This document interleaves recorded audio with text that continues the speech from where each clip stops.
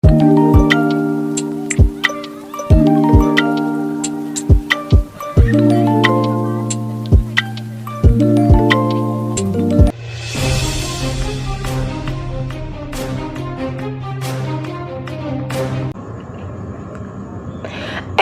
et bonum ex lex legum, apa yang adil dan baik adalah hukumnya hukum. Terima kasih saya ucapkan kepada Dewan Juri beserta jajaran panitia ULC 2022 yang saya hormati. Tak lupa saya ucapkan terima kasih kepada rekan-rekan berpikir kritis setanah air yang saya banggakan. Perkenalkan, saya Niputu Sitariwisiasa sebagai pembicara pertama dari tim Tan Malaka yang akan menyampaikan opening statement beserta closing statement pada perdebatan kali ini. Dengan mosi, Dewan ini sepakat untuk mencabut hak politik koruptor pejabat publik seumur hidup. Rekan-rekan berpikir kritis yang saya banggakan, mengutip pasal 1 ayat 3 Undang-Undang Dasar 1945 yang menegaskan negara Indonesia adalah negara hukum, maka sudah semestinya Indonesia menerapkan sistem hukum yang berdasarkan dasar-dasar negara. Adapun berbagai jenis hukum yang diterapkan di Indonesia, salah satunya adalah hukum pidana. Mengutip pernyataan ahli hukum W.L. Jilimir, hukum pidana adalah norma-norma yang berisi keharusan-keharusan dan larangan-larangan yang telah dikaitkan dengan suatu sanksi berupa hukuman, yakni suatu penderitaan yang bersifat khusus. Hukum pidana itu sendiri digunakan untuk menghukum seseorang yang berbuat kejahatan, salah satunya adalah tindak pidana korupsi. Rekan-rekan berpikir kritis yang saya banggakan, melansir daripada KBBI atau Kamus Besar Bahasa Indonesia, korupsi adalah penyelewengan atau penyalahgunaan uang negara, perusahaan, organisasi, yayasan, dan sebagainya untuk keuntungan pribadi atau orang lain. Berdasarkan Undang-Undang Republik Indonesia Nomor 31 Tahun 1999, tindak pidana korupsi sangat merugikan keuangan negara dan menghambat pembangunan nasional sehingga harus diberantas. Berdasarkan pertimbangan tersebut, diterapkan sanksi-sanksi yang dinilai dapat memberantas tindak pidana korupsi. Mengutip pasal 10 KUHP, terdapat dua jenis sanksi pidana yang diterapkan di Indonesia. Yang pertama adalah pidana pokok yang terdiri dari pidana mati, pidana penjara, pidana kurungan, pidana denda, beserta pidana tutupan. Kedua adalah pidana tambahan yang terdiri dari pencabutan hak-hak tertentu termasuk hak politik, perampasan barang-barang tertentu, dan pengumuman putusan hakim. Dilansir dari Kemenkumham, hak politik adalah hak ikut serta dalam pemerintahan, hak pilih, dan hak mendirikan partai politik. Sanksi pidana pencabutan hak politik didasarkan pada pasal 35 dan 38 Kitab Undang-Undang Hukum Pidana, pasal 18 Undang-Undang Nomor 31 Tahun 1999 yang telah diubah dengan Undang-Undang Nomor 20 Tahun 2001. Rekan-rekan berpikir kritis yang saya banggakan, adapun masalah pada status quo kami yaitu pencabutan hak politik koruptor tidak bersifat seumur hidup, tetapi dibatasi oleh batasan waktu yaitu minimal 2 tahun dan maksimal 5 tahun. Sehingga memunculkan urgensi lahirnya mosi pada perdebatan kali ini, yaitu Dewan ini sepakat untuk mencabut hak politik koruptor pejabat publik seumur hidup. Kami berharap argumen daripada pihak pro berserta pihak kontra akan berkontribusi dalam menciptakan keadilan dalam pemberantasan tindak pidana korupsi. Sekian dan terima kasih. Kepentingan bangsa adalah kepentingan tertinggi yang harus diutamakan di atas kepentingan pribadi dan kepentingan golongan. Om Swastiastu. Assalamualaikum warahmatullahi wabarakatuh. Shalom, namo buddhaya, salam sejahtera bagi kita semua, salam kebajikan. Yang mulia Dewan Juri yang terhormat dan para panitia yang bertugas yang saya hormati, perkenalkan nama saya Komang Bintan Wahyuningsih selaku tim pro yang dimana di saat yang berbahagia ini dengan lugas dan tegas setuju dengan mosi perdebatan kita pada hari ini, yaitu Dewan ini sepakat untuk mencabut hak politik koruptor pejabat publik seumur hidup.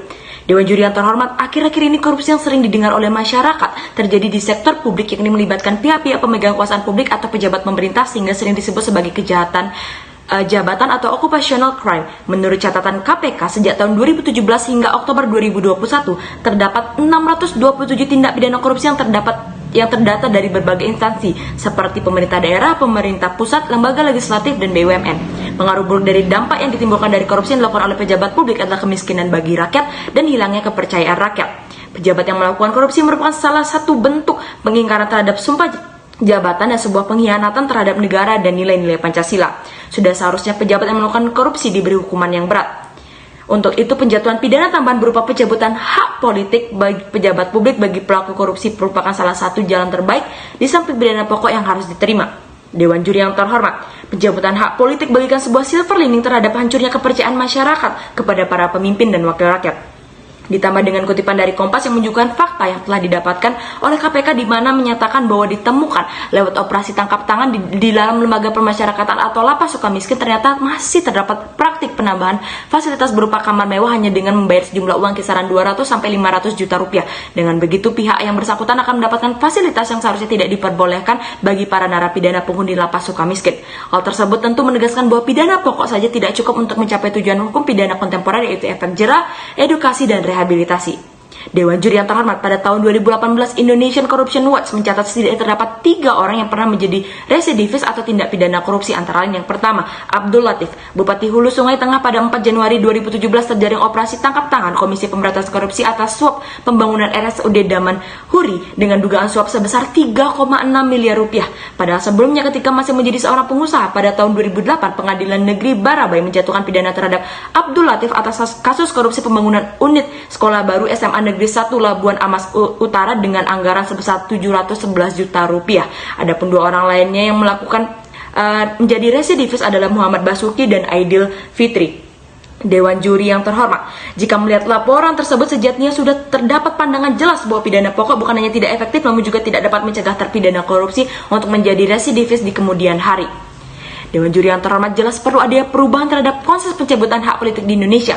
Konsep pencabutan hak politik tersebut juga perlu memperhatikan kesesuaian dengan nilai-nilai Pancasila sebagai norma dasar. Dewan Juri yang terhormat, bahkan dalam perspektif hak asasi manusia, pencabutan hak politik terhadap terpidana korupsi itu tidak bertentangan dengan hak asasi manusia yang secara definitif merupakan hak yang melekat pada diri manusia sebagai pemberian dari Tuhan Yang Maha Esa, hanya dapat dicabut oleh Tuhan sebagaimana asas Contrarius Actus menyatakan siapa memberikan atau mengeluarkan maka hanya ia yang berhak mencabut. Maka dalam rangka membatasi hak asasi manusia, pertama ialah harus berdasarkan nilai ketuhanan terlebih dahulu dan dilakukan atas nama Tuhan. Dalam konteks negara hukum, ia harus melalui hukuman putusan pengadilan yang sudah berkekuatan hukum tetap. HAM dalam bentuk keadilan yang didapat oleh koruptor pejabat publik bukan semata-mata didiskriminasi, melainkan seorang koruptor harus dibeda-bedakan haknya dari manusia yang bukan koruptor. Dalam konteks ini adalah hak politiknya. Perbedaan tersebut bukan berarti bentuk diskriminasi secara harfiah, namun diskriminasi yang dimaksudkan untuk mencapai tujuan negara, cita hukum, sosial orang banyak, dan mencapai keadilan. Maka dari itu, Dewan Juri yang terhormat, perlu dilakukannya revisi terhadap pasal 38 Kitab Undang-Undang Hukum Pidana sehingga pencabutan hak politik dapat berlaku seumur hidup, dan perlu diingat bahwa dalam penerapannya terhadap kasus konkret tetap harus diberikan melalui pertimbangan dan putusan hakim sehingga melalui putusan pengadilan yang sudah berkekuatan hukum tetap. Hal ini mengingat fakta-fakta terjadi di lapangan mengenai tidak efektifnya pemidanaan di Indonesia, bahkan hingga berujung pada terdapatnya residivis tindak pidana korupsi. Dewan Juri yang terhormat, sekian argumentasi yang dapat saya sampaikan, dan di mana hingga titik ini saya dengan lugas dan tegas masih berada di tim pro yang dimana setuju dan sependapat dengan mosi kita pada hari ini, yaitu Dewan ini sepakat untuk mencabut hak politik koruptor pejabat publik seumur hidup. Saya tutup dengan para mesanti. Om Santi Santi Santi Om. Wassalamualaikum warahmatullahi wabarakatuh. Shalom nama budaya, salam sejahtera bagi kita semua. Salam kebajikan. Dewan Juri yang terhormat, dalam Undang-Undang Nomor 31 Tahun 1999, korupsi diklasifikasikan ke dalam merugikan keuangan negara, suap penyuap, penggelapan dalam jabatan, pemerasan, perbuatan curang, benturan dalam pengadaan, dan gratifikasi. Di status quo sendiri, kita pasti sangat familiar melihat pejabat publik yang berseliweran terjaring OTT atau operasi tangkap tangan oleh KPK. Mirisnya lagi, mereka yang telah merugikan banyak orang kerap kali tidak menunjukkan adanya rasa bersalah sedikit pun, yang mana ini menunjukkan bahwa mereka tidak memiliki rasa moral. Dewan Juri yang terhormat, bahkan dengan santainya melemarkan senyum sana-sini di depan kamera. Dewan Juri yang terhormat, usaha yang telah dilakukan terus-menerus dalam memberantas korupsi dengan berbagai cara pun tidak menjamin adanya sebuah efek jera bagi para pejabat publik ini untuk tidak mengulangi perbuatannya. Dalam perdebatan kita kali ini, saya sebagai tim kontra atau tim oposisi sangat tidak menyetujui narasi pada mosi kita kali ini, karena walaupun seorang pejabat publik hak politiknya dicabut seumur hidup setelah melakukan tindak pidana korupsi, tidak akan menjamin adanya sebuah efek jera atau tidak adanya pengulangan perbuatan yang telah ia lakukan. Saya juga sangat menyayangkan argumen dari tim pro yang mungkin skenario terbaiknya adalah dengan mengganti atau merevisi pasal 38 KUHP dengan tujuan pencabutan hak politik tersebut dapat berlaku seumur hidup. Namun, tampaknya tim pro tidak dapat menjelaskan secara rinci bagaimana hanya dengan penggantian atau perevisian satu pasal saja bisa efektif dalam memberantas korupsi itu sendiri. Dan tidak jelas pula kondisi ideal seperti apa yang diinginkan oleh tim pro dalam mendukung mosi pada perdebatan kita kali ini, yang mana Dewan Juri yang terhormat, tidak adanya suatu bentuk implementasi yang disebutkan oleh tim pro dalam pergantian atau perevisian pasal 38 KUHP jika hanya mengusulkan revisi pada KUHP namun tidak ada gambaran atau penjelasan secara spesifik soal eksekusi seperti apa yang akan dilakukan atau regulasi apa yang akan diberlakukan, hal ini menunjukkan bahwa tim pro tidak dapat memberikan solusi yang efektif. Lalu tim pro juga mengatakan bahwa pencabutan hak politik tidak bertentangan dengan HAM. Namun ini pun masih tetap tidak bisa menguatkan solusi yang mereka tawarkan.